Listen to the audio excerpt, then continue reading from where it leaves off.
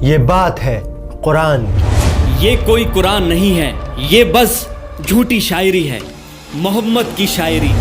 یہ بات ہے اس آگ کی جو لگائے گی ایک بیوی اپنے شوہر کے لیے۔ محمد کے درد سے مجھے سکون ملتا ہے۔ غلاموں، یہ کانٹے اس کے گھر کے سامنے بچھا دو۔ یہ کہانی ہے اس انسان کی جس نے رسول اللہ کو بھرے بازار میں رسوا کیا۔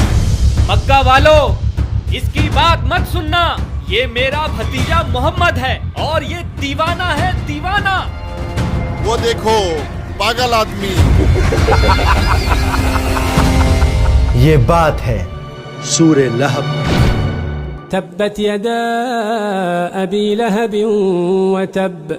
اکثر مسلم فیملیز میں بچوں کو قرآن کا رٹا لگوا دیا جاتا ہے، مطلب پتہ ہونا ہو، چاروں قول سورہ لہب یاد ہونی چاہیے۔ تبت یدا ابی لہب وتب۔ شاید اسی وجہ سے آج قرآن ہمارے گھروں میں تو ہے لیکن دلوں میں نہیں۔ کیا ہے سورہ لہب؟ سنا ابو منال، اللہ نے ابو لہب کا نام لے کر سورہ نازل کی ہے۔ خدا کی پناہ ہے بھائی۔ کون تھی ام جمیل جس کا ذکر اللہ نے اس صورت میں کیا ہے؟ ابیہ باجی، سنا آپ نے؟ کون سی بات؟ ام جمیل کا ہار اس کے گلے کی رسی بنے گا آخرت میں۔ اور ایسا کیا کر دیا ان دونوں میاں بیوی نے کہ اللہ نے قرآن میں ابو لہب کا نام لے کر انہیں کرٹیسائز کیا ہے؟ اس کا اللہ ہمیں آگ کا عذاب دے گا۔ کہتا ہے میں لکڑیاں اٹھاؤں گی اپنے سر پر۔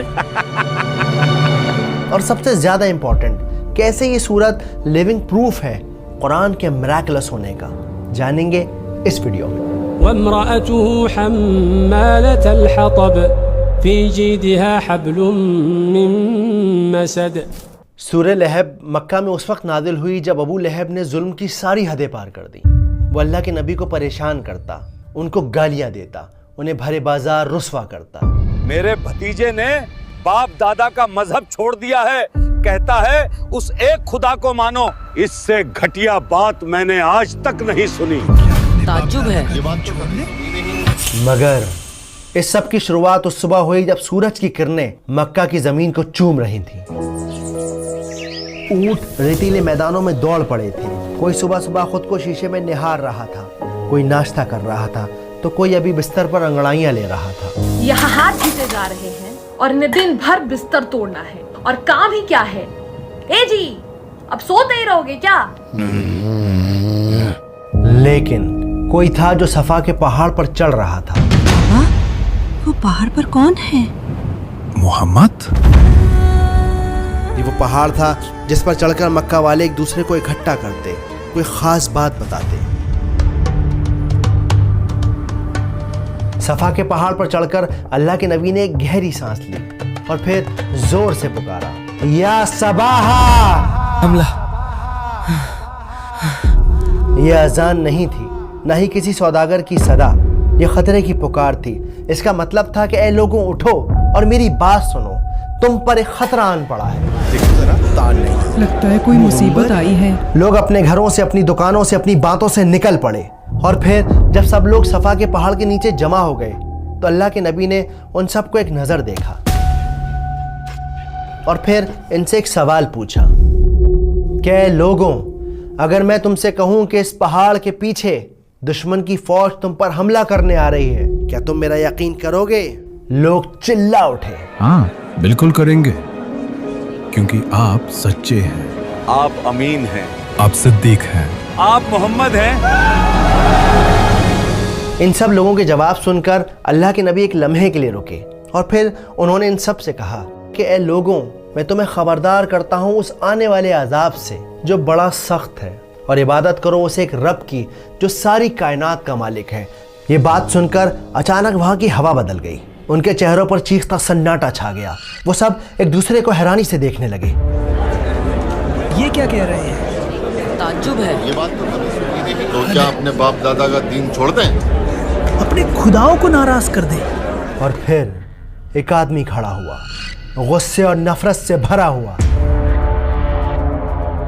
وہ چلایا، بھتیجے، تبن لکا علی حازا جمعتنا۔ عربی کی اس عبارت کا مطلب تھا کہ کیا ناش ہو تیرا، ٹوٹ جائیں تیرے ہاتھ، क्या तूने हमें इसीलिए यहाँ जमा किया है? ये आदमी और कोई नहीं बल्कि रसूलुल्लाह का चचा अबू लहब था। उसकी बद्दुआ आसमान से टकराकर वापस उस पर आ गिरी। उसके नसीब के पन्नों में जहन्नम का अजाब हमेशा के लिए लिख दिया गया। लेकिन अल्लाह ने अभी अपने नबी को ये बात नहीं बताई। स्कॉलर्स कहते हैं कि अगर ये सूरत इस वक्त नाजिल हो जाती तो मक्का के लोग कहते उस पर कैसे भरोसा करें, वो अपनों की बुराई करता है। असल में उस दौर में मक्का में चाचा का दर्जा बाप के बराबर होता है, स्पेशली जब सगे वालिद का इंतकाल हो चुका हो, वक्त गुजरता रहा। अल्लाह के नबी जगह जगह घूम घूम कर एक अल्लाह की इबादत करने का मैसेज पहुंचाते रहे। लेकिन अबू लहब वो आप सल्लल्लाहु अलैहि वसल्लम के पीछे पीछे जाता। अब ये कौन सी नई शायरी ले आया है?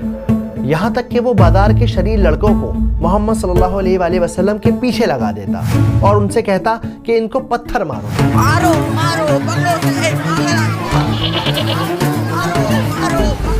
लेकिन इसका जुल्म यही नहीं रुका। इसकी बीवी यानी रसूलुल्लाह की चाची उम्मे जमील, जो कमाल की खूबसूरत औरत थी, नए नए तरीकों से नबी को परेशान करती।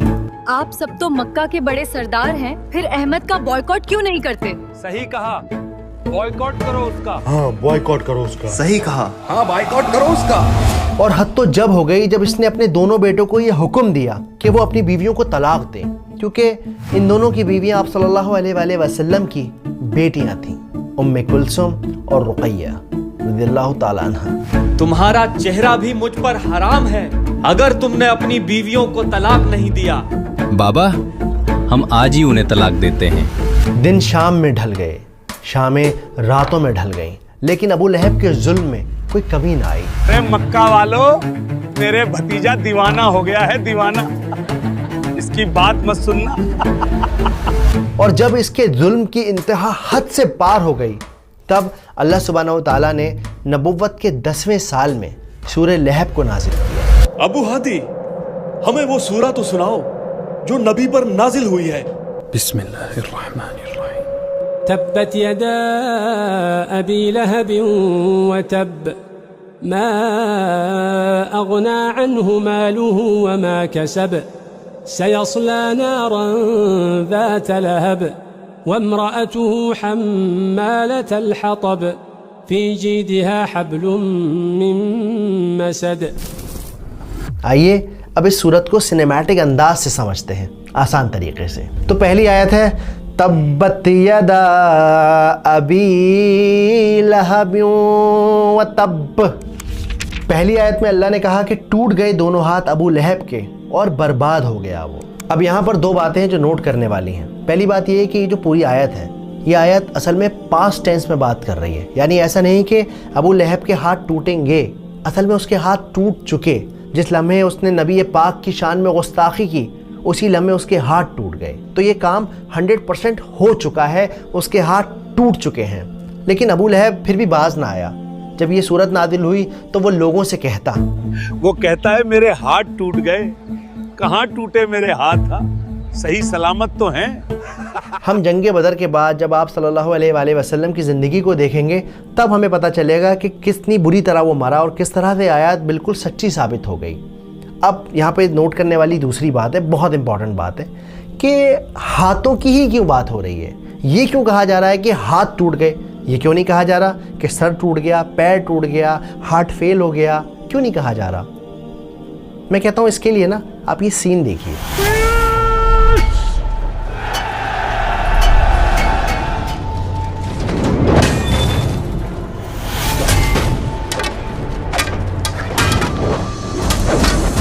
चलिए इस सीन को एक बार फिर से देखते हैं।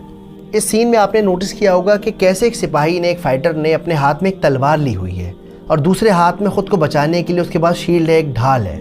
तो अगर किसी इंसान के दोनों हाथ टूट जाएंगे तो क्या होगा? ना तो वो वार कर सकेगा और ना ही अपना बचाव कर सकेगा। तो फिर इन दी एंड आप बर्बाद हो जाओगे, ख़त्म हो जाओगे और अगला हमला फिर आप ही के ऊपर होगा। बिल्कुल इसी तरह हम अबू लहब की ज़िंदगी में देखते हैं, उसका माल, उसके बेटे, उसके कनेक्शन, उसके ताल्लुकात, उसकी पावर, सब के सब बर्बाद हो गए। कोई भी उसके काम नहीं आया। और हम आगे जाके देखते हैं कि जब वो मरा तो इतनी बुरी मौत मरा कि कोई उसे छूने वाला नहीं था, कोई दफनाने वाला नहीं था। कई दिनों तक उसकी लाश सड़क पर सड़ती रही, लोग परेशान होते रहे, यहाँ तक कि उसके अपने लड़कों ने भी उसे छूने से, घर में रखने से मना कर दिया। अरे अबू लहब के बेटो, अपने बाप की लाश तो ठिकाने लगाओ, बदबू से लोग उल्टी कर रहे हैं। अब आते हैं आयत नंबर 2 पर। मा अगना अन्हु मालुहु व मा कसब, ना ही उसका कोई माल उसके काम आया, ना ही उसकी कोई औलाद उसके काम आई। असल में ये आयत जवाब है उस बात का जो अबू लहब अक्सर लोगों से कहा करता था, अगर वो सच्चा है दे दूंगा मालो दौलत अल्लाह को और बचा लूंगा खुद को जहन्नम से। अब यहाँ नोट करने वाली बात यह है कि ये जो कसब का लफ्ज़ है इसका मतलब होता है कमाई के, अर्निंग के। कभी कभी लोगों के पास बड़ा पैसा होता है, बाप दादा ने उनके कमा के छोड़ा हुआ होता है, पर ये कसब का लफ्ज़ इस्तेमाल किया जाता है अपनी कमाई के, जो आपने खुद कमाई है। आप सल्लल्लाहु अलैहि वसल्लम की एक हदीस है जिसमें वो कहते हैं कि इंसान की सबसे बेहतर कमाई उसकी औलाद है, और जिस तरह से हम देखते हैं कि उसकी औलाद उसके काम नहीं आई। अगली आयत की तरफ बढ़ते हैं, आयत नंबर 3। सयस्ला नारन ज़ात लहब, कि अबू लहब जहन्नम की आग में जलाया जाएगा, जो भड़क रही होगी, शोले वाली आग होगी। अब हम बढ़ते हैं चौथी आयत की तरफ, जो है वमराअतुहु हम्मालतल हतब, और इस आयत का मतलब है कि उसकी बीवी अपने सर पर ईंधन उठाई होगी। ईंधन क्या, कि वो लकड़ियां ढो रही होगी जहन्नम के अंदर। इसका काम ये होगा कि जलना तो है ही है, और साथ में आपको जाना है, इसको जाना है और जाकर ये लकड़ियां लेकर आएगी और उस आग के अंदर लकड़ियां डालेगी। तो जब हम आग में लकड़ियां डालते हैं तो क्या होता है, आग और तेज़ होती है, तो अपनी आग ये खुद ब खुद जलाएगी। लेकिन यहाँ मज़े की बात यह है कि अल्लाह ताला ये भी कह सकते थे कि वो जहन्नम में जलेगी, वो जहन्नम का अज़ाब ज़िंदगी भर झेलती रहेगी। यही क्यों कहा कि वो लकड़ियाँ लेकर आएगी? देखिए, यहाँ समझने की बात यह है कि वो अपनी ज़िंदगी में क्या करती थी। आप फिक्र ना करें, अब जो मैं कहती हूँ वो करते जाएं बस। तो वो इस दुनिया में अपने हस्बैंड की नफ़रत को फ्यूल करती थी, उस आग को बढ़ाने में उसका साथ देती थी। इसी वजह से अल्लाह सुब्हानहू व तआला ने आखिरत में उसका अज़ाब ये रखा है कि जाओ, जाके लकड़ियाँ उठा के लेके आओ, ढो अपने सर पे और अपनी आग को खुद भड़काओ। अब यहाँ पे एक और ज़रूरी बात है, बहुत ही इंपॉर्टेंट बात है। जब भी आप नमाज में सूरत को रिसाइट करें तो ऐसा नहीं कि आप गए वमरातुहु हम्मालतल हतब, ना ना ना ना ना। हम्मा एक पावरफुल लफ्ज़ है, बहुत ही ज़्यादा उसके अंदर असर है, वेट है, तो आप जब भी पढ़ेंगे आपको उस पर ज़ोर देना है। वमरातुहु हम्मालतल हतब। आयत नंबर 5 की तरफ बढ़ते हैं, जो है फ़ी जीदिहा हब्लुम मिन मसद, और इसके गले में मूंज की रस्सी होगी, यानी नारियल की छाल वाली रस्सी होगी। यहाँ पर जीदिहा का जो लफ्ज़ है, इस लफ्ज़ का इस्तेमाल होता है खूबसूरत गर्दन के लिए, ऐसी गर्दन जो जेवर से लदी हुई हो। कमाल की बात यह है, मज़े की बात यह है कि रस्सी का जिक्र क्यों है और गर्दन का जिक्र क्यों है? तो इसके पीछे की बात यह है कि उम्मे जमील एक खूबसूरत सा अपने गले में हार पहना करती थी। वो मक्का वालों से कहती थी, अपने नौकरों से कहती थी, आम लोगों से कहती थी, मेरे गले का ये हार मैं उसको दूंगी जो मोहम्मद के खिलाफ खड़ा होगा, मेरा साथ देगा। और इसी वजह से यहाँ ये मेंशन किया गया है कि उसके गले में मूंज की रस्सी होगी, बल वाली रस्सी होगी, तकलीफ देने वाली रस्सी होगी, उसकी उस गले में जिसमें वो हर वक्त हार पहने रहती थी। ये थी सूरे लहब की अंडरस्टैंडिंग। अब सबसे ज़रूरी बात ये कि समझना ये है कि आज हमारी ज़िंदगी में इसका क्या रेलेवेंस है। जो मैं समझाऊँ उस हिसाब से बताता हूँ कि सबसे पहली बात तो ये कि सूरत इसलिए नाजिल की गई है कि वो जो अल्लाह के नबी का दुश्मन है वो अल्लाह का दुश्मन है। जिस स्पीड से वो अल्लाह के नबी की तरफ बढ़ रहा था जुल्म करने के लिए, उससे कहीं गुना ज़्यादा स्पीड से अल्लाह का अज़ाब अबू लहब की तरफ आ रहा था और आ चुका था, उसे खबर नहीं थी। अब आते हैं दूसरे रेलेवेंस की तरफ, जो मैं समझाऊँ, जो आज हम अपनी ज़िंदगी में अप्लाई कर सकते हैं। देखिए, मियाँ बीवी एक दूसरे का साया होते हैं, दोस्त भाई एक दूसरे का साया होते हैं। अब कई बार क्या होता है कि हमारा दोस्त किसी की चुगली करता है, तुझे पता है ऐसा हो गया, अबे नहीं, क्या बात कर रहा है, और बता। अक्सर मियाँ बीवी में भी ऐसा होता है, अपनी ज़िंदगी को छोड़ के दूसरों की ज़िंदगी में बड़ा झांकते हैं। अरे फलाने की लड़की भाग गई, तुम्हें पता चला? تو اب یہ جو وائف ہے یا جو ہسبینڈ ہے اسے کیا چاہیے؟ وہ اسے گائیڈ کرے، ارے یار ایسا نہیں کرو. لیکن ہم لوگ کیا کرتے ہیں؟ خالی بھاگی ہے، اپنی ماں کا زیور تک لے گئی ہے، اس بات میں اور لقمہ لگا دیتے ہیں، اس کو اور فیول کرتے ہیں. تو یاد رکھیے کہ جب آپ برائی کا ساتھ دیتے ہو نا، تو جو کام برا کرنے والے کا ہے وہی انجام اس برائی کو انیشیٹ کرنے والے کا ہے، بڑھاوا دینے والے کا ہے، آئیڈیا دینے والے کا ہے. امید کرتا ہوں کہ بات سمجھ آئی ہوگی، ویڈیو پسند آئی ہوگی. اس کے علاوہ آپ سے ایک گزارش ہے، ایک التجا ہے، ایک ریکویسٹ ہے کہ اگر ہو سکے تو ہماری اس کمیونٹی کو جوائن کیجئے. اکثر لوگ پوچھتے ہیں بھائی آپ کی ویڈیو دیکھ کے بڑا اچھا لگا، ایسی ویڈیو اور بنائیے، اگلی ویڈیو کب آ رہی ہے؟